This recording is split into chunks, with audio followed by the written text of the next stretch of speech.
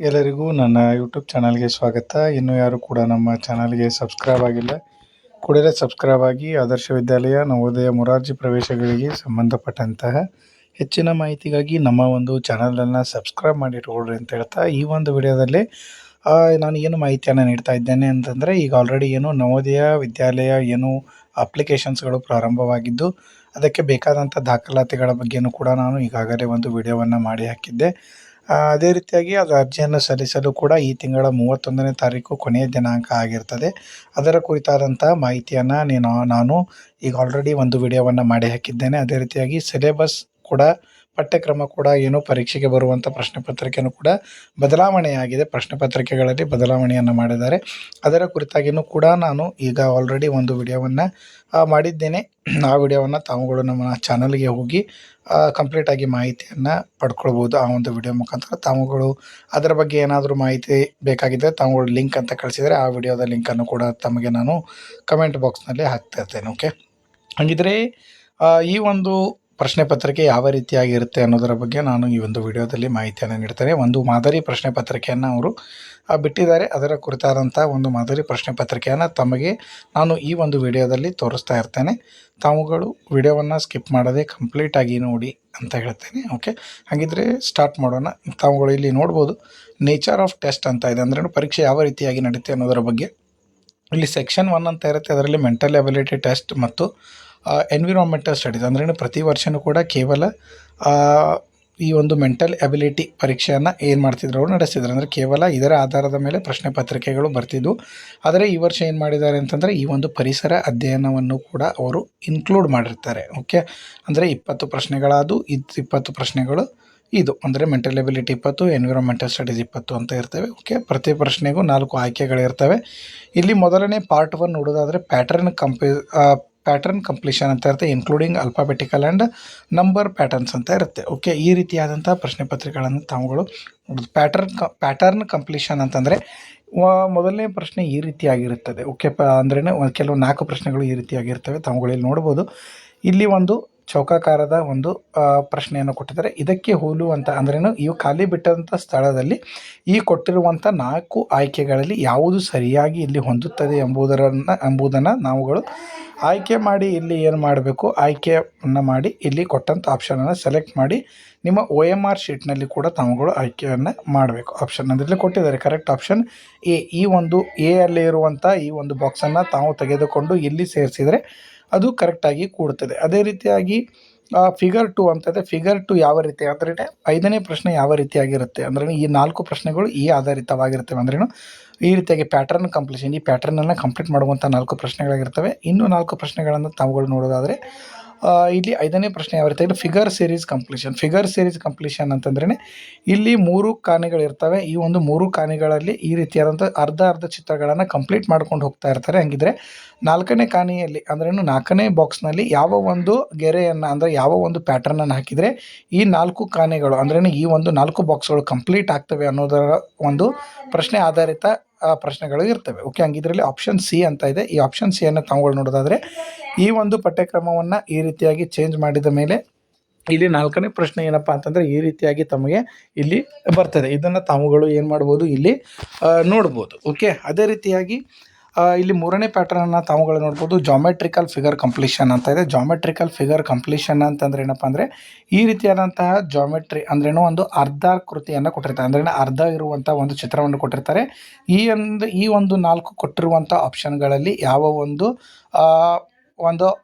ಏನು ಅರ್ಧ ಆಗಿರುವಂಥ ಚಿತ್ರನ ಇಲ್ಲಿ ನಾವು ಸೇರಿಸಿದರೆ ಅದು ಸರಿಯಾದ ಒಂದು ಚೌಕ ಆಗುತ್ತದೆ ಅನ್ನುವಂಥ ಪ್ರಶ್ನೆಗಳು ಇರ್ತವೆ. ಈ ರೀತಿಯಾದಂಥ ಪ್ರಶ್ನೆಗಳು ಕೂಡ ನಿಮಗೆ 2 ರಿಂದ 3 ಪ್ರಶ್ನೆಗಳು ಬರ್ತವೆ. ಹಂಗಿದ್ರೆ ಇದಕ್ಕೆ ಸರಿಯಾದ ಆಪ್ಷನ್ ಎ ಅಂತ ಇದೆ. ಈ ಒಂದು ಚಿತ್ರಕ್ಕೆ ಈ ಒಂದು ಎ ಆಪ್ಷನನ್ನು ನಾವು ಇಲ್ಲಿ ಸೇರಿಸಿದರೆ ಸರಿಯಾದ ರೀತಿಯಾದಂಥ ಒಂದು ಚೌಕಾಕಾರ ಬರುತ್ತೆ. ಅದೇ ರೀತಿಯಾಗಿ 4ನೇ ಪಾರ್ಟ್ 4ನಲ್ಲಿ ತಾವುಗಳು ನೋಡೋದಾದರೆ ಮಿರರ್ ಆ್ಯಂಡ್ ವಾಟರ್ ಇಮೇಜ್ ಅಂತ ಇದೆ. ಓಕೆ, ಕನ್ನಡಿಯಲ್ಲಿ ನೋಡಿದಾಗ ನಾವು ಚಿತ್ರಗಳು ನಮಗೆ ಯಾವ ರೀತಿಯಾಗಿ ಉಲ್ಟಾ ಕಾಣಿಸ್ತಾವಲ್ಲ, ಅದರ ಆಧಾರಿತ ಪ್ರಶ್ನೆಗಳನ್ನು ಇಲ್ಲಿ ಕೊಟ್ಟಿದ್ದಾರೆ. ಇಲ್ಲಿ 4 ಪ್ರಶ್ನೆಗಳು ತಾವುಗಳು ಇಲ್ಲಿ ನೋಡ್ಬೋದು. ಇಲ್ಲಿ TBAT ಅಂತ ಇದೆ. ಇದನ್ನು ನಾವು ಕನ್ನಡಿಯಲ್ಲಿ ನೋಡಿದಾಗ ಅಂದರೆ ಮಿರರ್ನಲ್ಲಿ ನೋಡಿದಾಗ ಯಾವ ರೀತಿಯಾದಂಥ ಚಿತ್ರ ಮೂಡ್ತದೆ ಅನ್ನೋದನ್ನು ಅವರು ಇಲ್ಲಿ ಆಪ್ಷನ್ ಮುಖಾಂತರ ಕೊಟ್ಟಿದ್ದಾರೆ. ಈ ರೀತಿಯಾದಂಥ ಪ್ರಶ್ನೆಗಳು ನಿಮಗೆ ಪರೀಕ್ಷೆಯಲ್ಲಿ ಬರ್ತವೆ. ಅದೇ ರೀತಿ ಕರೆಕ್ಟ್ ಆನ್ಸರ್ ಯಾವುದಪ್ಪ ಅಂತಂದರೆ ಇಲ್ಲಿ ಡಿ ಆಗಿರ್ತದೆ. ಓಕೆ, ಈ ರೀತಿಯಾದಂಥ ಪ್ರಶ್ನೆಗಳು 4 ಇರ್ತವೆ. ಅದೇ ರೀತಿಯಾಗಿ ಎಂಬೆಡೆಡ್ ಫಿಗರ್ಸ್ ಅಂತ ಇರುತ್ತೆ ಈ ರೀತಿಯಾಗಿ. ಓಕೆ, ಎಂಬೆಡೆಡ್ ಫಿಗರ್ಸ್ ಅಂತ ಇರುತ್ತೆ. ಈ ಒಂದು ಆಕೃತಿ, ಈ ಒಂದು ಏನು ಕೊಟ್ಟಂತಹ ಆಕೃತಿ ಗೆರೆಯನ್ನು ನಾವುಗಳು ಏನು ಮಾಡಬೇಕು, ಈ ಒಂದು ಕೊಟ್ಟಂಥ 4 ಆಪ್ಷನ್ಗಳಲ್ಲಿ ಯಾವುದರಲ್ಲಿ ಈ ಒಂದು ಗೆರೆಗಳು ಬರ್ತವೆ ಅನ್ನೋದನ್ನು ನಾವುಗಳಲ್ಲಿ ಸೆಲೆಕ್ಟ್ ಮಾಡ್ಕೊಳ್ಬೇಕಾಗ್ತದೆ. ಇದಕ್ಕೆ ಎಂಬೆಡೆಡ್ ಫಿಗರ್ಸ್ ಅಂತ ಕರಿತವೆ. ಇವು ಕೂಡ ನಿಮಗೆ 3ರಿಂದ 4 ಪ್ರಶ್ನೆಗಳು ಬರ್ತವೆ. ಈ ರೀತಿಯಾದಂಥ 4 ಪ್ರಶ್ನೆಗಳು.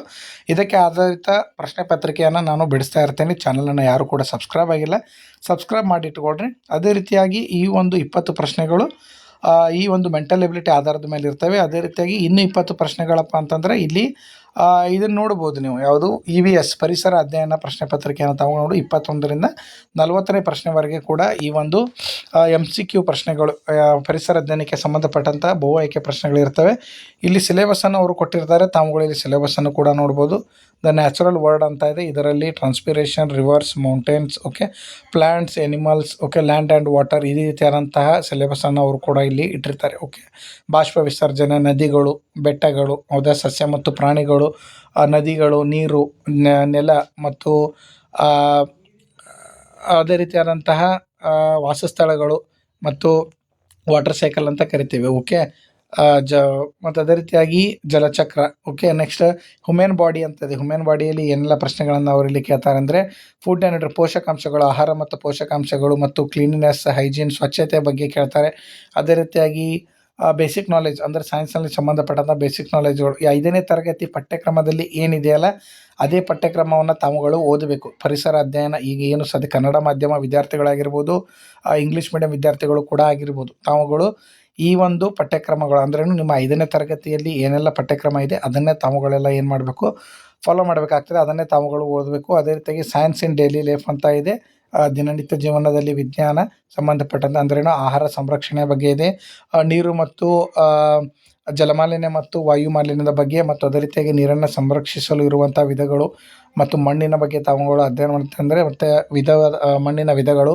ಅದೇ ರೀತಿಯಾಗಿ ಸೋಷಿಯಲ್ ಸರೌಂಡಿಂಗ್ಸ್. ಓಕೆ, ಅದೇ ರೀತಿಯಾಗಿ ನಮ್ಮ ರಾಜ್ಯಗಳು, ಅದರ ರಾಜಧಾನಿಗಳು ಮತ್ತು ನ್ಯಾಷನಲ್ ಸಿಂಬಾಲ್ಸ್ಗಳನ್ನು ಅಂದ್ರೇನು ಲಾಂಛನಗಳನ್ನು ತಾವುಗಳು ಓದಬೇಕಾಗ್ತದೆ. ಓಕೆ, ಹಬ್ಬಗಳನ್ನು ಮತ್ತು ಕಾಡುಗಳ ಬಗ್ಗೆ, ಬೆಳೆಗಳ ಬಗ್ಗೆ, ಬಟ್ಟೆಗಳು ಮತ್ತು ಅವುಗಳು ಯಾವ ರೀತಿ ಅದು ಯಾವ ಒಂದು ವಸ್ತುವಿನಿಂದ ತಯಾರಿಸಿರ್ತಾರೆ ಇವುಗಳ ಬಗ್ಗೆ ತಾವುಗಳು ಏನು ಮಾಡ್ಕೊಂಡಿರಬೇಕು, ಓದ್ತಾ ಇರಬೇಕು ನಿರಂತರವಾಗಿ. ಇಲ್ಲಿ ಕೆಲವೊಂದು ಸ್ಯಾಂಪಲ್ ಕ್ವಶನ್ಸ್ಗಳನ್ನು ಕೊಟ್ಟಿದ್ದಾರೆ. ಅಂದ್ರೇನು ಈ ಪ್ರಶ್ನೆ ಪತ್ರಿಕೆಯಲ್ಲಿ ಯಾವ ರೀತಿಯಾಗಿ ಪ್ರಶ್ನೆಗಳು ಬರ್ತವೆ ಅನ್ನೋದಕ್ಕೆ ಇಲ್ಲಿ ನೋಡ್ರಿ. During the water cycle what is the process called when the sun heats up water is reverse. Okay, ಇಲ್ಲಿ ಬಿಸಿಲಿಗೆ ನೀರು ಕಾದು ಯಾವ ಸ್ಥಿತಿಗೆ ಬದಲಾವಣೆ ಆಗ್ತದೆ ಅನ್ನುವಂಥ ಪ್ರಶ್ನೆಯನ್ನೆಲ್ಲ ಕೊಟ್ಟಿರ್ತಾರೆ. ಅದಕ್ಕೆ ನಾವು ಇಲ್ಲಿ ಏನಪ್ಪ ಇವಾಪರೇಷನ್ ಅಂತ ಕರಿತೇವೆ, ಅಂದರೆ ಆವಿಯಾಗುವುದು ಅಂತ ಕರಿತೇವೆ, ಆವೀಕರಣ ಅಂತ ಕರಿತೀವಿ. ಕನ್ನಡ ಮಾಧ್ಯಮ ವಿದ್ಯಾರ್ಥಿಗಳಿಗೆ ಕನ್ನಡದಲ್ಲಿ ಪ್ರಶ್ನೆ ಪತ್ರಿಕೆ ಇರುತ್ತೆ. ತಾವುಗಳು ಕನ್ನಡ ಮಾಧ್ಯಮದಲ್ಲಿ ತಾವುಗಳು ಇಲ್ಲಿ ನೋಡ್ಬೋದು. ಅದೇ ರೀತಿಯಾಗಿ the human body which animal is used by the police because of it's super sense of smell. ಅಂದ್ರೇನು ಯಾವ ಒಂದು ಪ್ರಾಣಿಯನ್ನು ಪೊಲೀಸ್ ಇಲಾಖೆಯಲ್ಲಿ ಬಳಕೆ ಮಾಡ್ತಾರೆ ಅನ್ನುವಂಥ ಒಂದು ಪ್ರಶ್ನೆಯನ್ನು ಕೊಟ್ಟಿರ್ತಾರೆ. ತಮ್ಮ ವಿದ್ಯಾರ್ಥಿಗಳಿಗೆಲ್ಲ ಗೊತ್ತಿರ್ತದೆ. ಇದು ಒಂದು ಬೇಸಿಕ್ ಕ್ವಶನ್, ಅಂದರೆ ಮಕ್ಕಳು ವಿಚಾರ ಮಾಡಿ ಬರೆಯುವಂಥ ಪ್ರಶ್ನೆಗಳನ್ನು ಕೂಡ ಇದರಲ್ಲಿ ಕೊಟ್ಟಿರ್ತಾರೆ. ಅದಕ್ಕೆ ಆಪ್ಷನ್ ಬಿ ಡಾಗ್ ಅಂತ ಇದೆ. ನಾಯಿಯನ್ನು ಪೊಲೀಸ್ ಇಲಾಖೆಯಲ್ಲಿ ಏನು ಬಳಕೆಯನ್ನು ಮಾಡ್ತಾರೆ. ಅದೇ ರೀತಿಯಾಗಿ ಇಲ್ಲಿ ಪ್ಯಾಸೇಜ್ ಅಂತ ಇರುತ್ತೆ. ಈ ರೀತಿಯಾದಂಥ ಪ್ರಶ್ನೆಗಳು ನಿಮಗಿಲ್ಲಿ ವಿಜ್ಞಾನಕ್ಕೆ ಸಂಬಂಧಪಟ್ಟಂಥ ಪ್ರಶ್ನೆಗಳು ಬರ್ತವೆ. ಅದೇ ರೀತಿಯಾಗಿ ಆ ಸ್ಟೋರಿ ಅಂತ ಇದೆ. ಈ ಸ್ಟೋರಿಯನ್ನು ಕೂಡ ಇಲ್ಲಿ ಏನು ಒಂದು ಪ್ಯಾರಾಗ್ರಾಫನ್ನು ಕೊಟ್ಟಿರ್ತಾರೆ. ಓಕೆ, ಈ ಒಂದು ಪ್ಯಾರಾಗ್ರಾಫ್ ಅಂದರೆ ಪ್ಯಾಸೇಜನ್ನು ವಿದ್ಯಾರ್ಥಿಗಳು ಓದಬೇಕು. ಈ ಪ್ಯಾಸೇಜ್ಗಳನ್ನು ಓದಿ ನಂತರ ಈ ಪ್ಯಾಸೇಜ್ನಲ್ಲಿ ಇರುವಂತಹ ಉತ್ತರಗಳಿಗೆ ಅವರು ಏನು ಮಾಡಿರ್ತಾರೆ, ಪ್ರಶ್ನೆಯನ್ನು ಕೇಳಿರ್ತಾರೆ. ಇಲ್ಲಿ ನೋಡ್ಬೋದು ಪ್ಯಾಸೇಜ್ ಕ್ವಶನ್ಸ್. ಈ ಕೊಟ್ಟಂತಹ ಏನು ಒಂದು ಪ್ಯಾಸೇಜ್ ಇದೆ ಅಂದ್ರೇನು ಒಂದು ಗದ್ಯ ಭಾಗವನ್ನು ಕೊಟ್ಟಿರ್ತಾರೆ. ಈ ಒಂದು ಗದ್ಯ ಭಾಗವನ್ನು ಸಂಪೂರ್ಣವಾಗಿ ವಿದ್ಯಾರ್ಥಿಗಳು ಓದ್ಕೊಂಡು ಈ ಗದ್ಯ ಭಾಗದ ಆಧಾರಿತ ಮೇಲೆ ಪ್ರಶ್ನೆಗಳನ್ನು ಅವರಿಲ್ಲಿ ಕೊಟ್ಟಿರ್ತಾರೆ. ಇದನ್ನು ನಾವು ತಾವುಗಳು ಪ್ರಶ್ನೆಗಳನ್ನು ಓದಿಕೊಂಡು ಸರಿಯಾದ ಉತ್ತರನ ತಾವುಗಳು ಬರೀಬೋದು. ಅದೇ ರೀತಿಯಾಗಿ ಸೆಕ್ಷನ್ 2 ಅಂತ ಇದೆ. ಈ ಒಂದು ಸೆಕ್ಷನ್ 2 ಅಲ್ಲಿ arithmetic test. Okay, arithmetic test ಅಂದರೆ ಗಣಿತಕ್ಕೆ ಸಂಬಂಧಪಟ್ಟಂತಹ ಪ್ರಶ್ನೆ ಪತ್ರಿಕೆಯನ್ನು ತಾವುಗಳು ಇಲ್ಲಿ ನೋಡ್ಬೋದು. ಏನೆಲ್ಲ ಸಿಲೆಬಸ್ ಇದೆ ಅನ್ನೋದನ್ನು ಕೂಡ ಅವರಿಲ್ಲಿ ಕೊಟ್ಟಿರ್ತಾರೆ. ಓಕೆ, ನಂಬರ್ ಆ್ಯಂಡ್ ನ್ಯೂಮೆರಿಕ್ಸ್ ಅಂತ ಇದೆ. ಅಸೆಂಡಿಂಗ್ ಆರ್ಡರ್ ಏರಿಕೆ ಕ್ರಮ, ಇಳಿಕೆ ಕ್ರಮ ಇದೆ.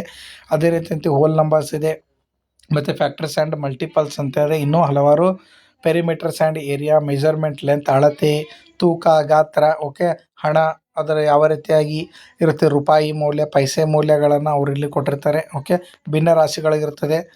ಇವುಗಳನ್ನು ತಾವುಗಳೆಲ್ಲ ನಿಮ್ಮ 5ನೇ ತರಗತಿ ಪಠ್ಯಕ್ರಮದಲ್ಲಿ ಏನಿದೆ ಅದುಗಳನ್ನು ತಾವುಗಳು ಏನು ಮಾಡ್ಕೋಬೇಕು, ಅಧ್ಯಯನ ಮಾಡಬೇಕು. ಅದಕ್ಕೆ ಆಧಾರಿತ ಪ್ರಶ್ನೆ ಪತ್ರಿಕೆಯನ್ನು ಕೂಡ ಅವರಿಲ್ಲಿ ಒಂದು ಬಿಟ್ಟಿದ್ದಾರೆ, ತಾವುಗಳು ಇಲ್ಲಿ ನೋಡ್ಬೋದು. ಓಕೆ, ಮತ್ತು ಅದೇ ರೀತಿಯಾಗಿ ಇಲ್ಲಿ ಲ್ಯಾಂಗ್ವೇಜ್ ಟೆಸ್ಟ್ ಅಂತ. ಲ್ಯಾಂಗ್ವೇಜ್ ಟೆಸ್ಟ್ ಅಂತಂದರೆ ನಿಮ್ಮ ಒಂದು ಐಚ್ಛಿಕ ಭಾಷೆ ಅಂದರೆ ಕನ್ನಡ ಅಥವಾ ಇಂಗ್ಲೀಷ್, ನಿಮ್ಮ ಲ್ಯಾಂಗ್ವೇಜ್ ಆದ್ರೂ ಕೂಡ ಇಲ್ಲಿ ಒಂದು ಪ್ಯಾಸೇಜನ್ನು ಕೊಟ್ಟಿರ್ತಾರೆ. ಈ ಪ್ಯಾಸೇಜ್ನ ಆಧಾರಿತವಾಗಿ ಅವರು ಇಲ್ಲಿ ಪ್ರಶ್ನೆ ಪತ್ರಿಕೆನ ಅಂದ್ರೇನು, ಈ ಪ್ಯಾಸೇಜ್ನಲ್ಲಿ ಏನಿರುತ್ತೆ ಪ್ಯಾಟರ್ನ್, ಅದನ್ನೇ ಕೂಡ ಲ್ಯಾಂಗ್ವೇಜ್ ಅಂದ್ರೇನು, ಭಾಷೆ ಕನ್ನಡ ಅಥವಾ ಇಂಗ್ಲೀಷ್. ಓಕೆ, ಈ ಪ್ಯಾಸೇಜ್ ಆಧಾರಿತ ಏನು ಮಾಡಿರ್ತಾರೆ, ಇಲ್ಲಿ ಒಂದು ಪ್ಯಾರಾಗ್ರಾಫನ್ನು ಕೊಟ್ಟಿರ್ತಾರೆ. ಈ ಪ್ಯಾರಾಗ್ರಾಫನ್ನು ಅಥವಾ ಪ್ಯಾಸೇಜನ್ನು ವಿದ್ಯಾರ್ಥಿಗಳು ಓದ್ಕೊಂಡು ಇದರಲ್ಲಿ ಇರುವಂಥ ಉತ್ತರಗಳಿಗೆ ಅವರು ಪ್ರಶ್ನೆಯನ್ನು ತೆಗೆದು 4 ಆಪ್ಷನ್ನ ಕೊಟ್ಟಿರ್ತಾರೆ. ಇದು ಏನು ಇಷ್ಟು ಪ್ರಶ್ನೆ ಪತ್ರಿಕೆ ಯಾವುದೆಲ್ಲ ಅಂತಂದರೆ ಮೆಂಟಲ್ ಎಬಿಲಿಟಿ ಇರುತ್ತೆ, ಮೆಂಟಲ್ ಎಬಿಲಿಟಿ, ಪರಿಸರ ಅಧ್ಯಯನ ಮತ್ತು ಗಣಿತ, ಅರ್ಥಮ್ಯಾಟಿಕ್ ಅಂತ ಇದೆ, ಅರ್ಥಮ್ಯಾಟಿಕ್ಕು, ಮತ್ತು ಅದೇ ರೀತಿಯಾಗಿ ಒಂದು ಲ್ಯಾಂಗ್ವೇಜ್. ಓಕೆ, ಎಲ್ಲ ಸೇರಿಸಿ ಒಟ್ಟು 100 ಅಂಕಗಳ ಏನು ಒಂದು ಪ್ರಶ್ನೆ ಪತ್ರಿಕೆ ಇರುತ್ತೆ. ಓಕೆ, ತಮಗೇನಾದರೂ ಡೌಟ್ಸ್ ಇದ್ದರೆ ತಾವುಗಳು ಕಮೆಂಟ್ ಮುಖಾಂತರ ನನಗೆ ಕೇಳ್ಬೋದು. ಈ ಒಂದು ಮಾಹಿತಿ ತಮಗೆಲ್ಲರಿಗೂ ಉಪಯೋಗ ಇದೆ ಅಂದ್ಕೊಳ್ತೀನಿ. ಪ್ರಶ್ನೆ ಪತ್ರಿಕೆ ಯಾವ ರೀತಿಯಾಗಿರುತ್ತೆ ಅನ್ನೋದ್ರ ಬಗ್ಗೆ ಈ ಒಂದು ವಿಡಿಯೋದಲ್ಲಿ ನಾನು ಸಂಪೂರ್ಣವಾದ ಮಾಹಿತಿಯನ್ನು ನೀಡಿದ್ದೇನೆ. ಈ ವರ್ಷ ಪರಿಸರ ಅಧ್ಯಯನ ಒಂದು ಅವರು ಇನ್ಕ್ಲೂಡ್ ಮಾಡಿದ್ದಾರೆ. ಅದರಲ್ಲಿ ಏನೆಲ್ಲ ಸಿಲೆಬಸ್ ಇದೆ ಅನ್ನೋದನ್ನು ಕೂಡ ನಾನು ನಿಮಗೆ ಇಲ್ಲಿ ತಿಳಿಸಿಕೊಟ್ಟಿದ್ದೇನೆ. ಈ ಒಂದು ಮಾಹಿತಿ ತಮಗೆ ಉಪಯೋಗ ಆಗಿದೆ ಅಂದ್ಕೊಳ್ತೇನೆ. ಇನ್ನೂ ಯಾರಿಗೆ ಈ ಒಂದು ಮಾಹಿತಿ ತಲುಪಿಲ್ಲ ಅಂಥವ್ರಿಗೂ ಕೂಡ ವಿಡಿಯೋವನ್ನು ಶೇರ್ ಮಾಡಿರಿ ಹೆಚ್ಚಿನ ಸಂಖ್ಯೆಯಲ್ಲಿ, ಮತ್ತು ಚಾನಲನ್ನು ಸಬ್ಸ್ಕ್ರೈಬ್ ಮಾಡಿ ಇಟ್ಕೊಂಡ್ರೆ ಮೊರಾರ್ಜಿ ದೇಸಾಯಿಯ 3ನೇ ಸುತ್ತಿನ ಸೀಟು ಹಂಚಿಕೆಯನ್ನು ಕೂಡ ಇನ್ನೇನು ಬರುವಂಥ ಸಾಧ್ಯತೆ ಇದೆ. ಓಕೆ, ತಾವುಗಳು ತಪ್ಪದೇ ಏನು ಮಾಡಿರಿ, ಚಾನಲ್ನ ವಿಸಿಟ್ ಮಾಡ್ತಾ ಇರ್ರಿ ಅವಾಗವಾಗ, ಅಂದರೆ ನಿಮಗೆ ಮಾಹಿತಿಗಳು ಸುಲಭವಾಗಿ ದೊರಕ್ತವೆ ಅಂತ ಹೇಳ್ತಾ ಈ ಒಂದು ವಿಡಿಯೋನ ತಾವೆಲ್ಲರೂ ಸ್ಕಿಪ್ ಮಾಡದೆ ಕಂಪ್ಲೀಟಾಗಿ ನೋಡಿದ್ದೀರಿ ಅಂದ್ಕೊಳ್ತೀನಿ. ವಿಡಿಯೋವನ್ನು ಕಂಪ್ಲೀಟಾಗಿ ನೋಡಿದ್ದಕ್ಕೆ ತಮಗೆಲ್ಲರಿಗೂ ಕೂಡ ಧನ್ಯವಾದಗಳು.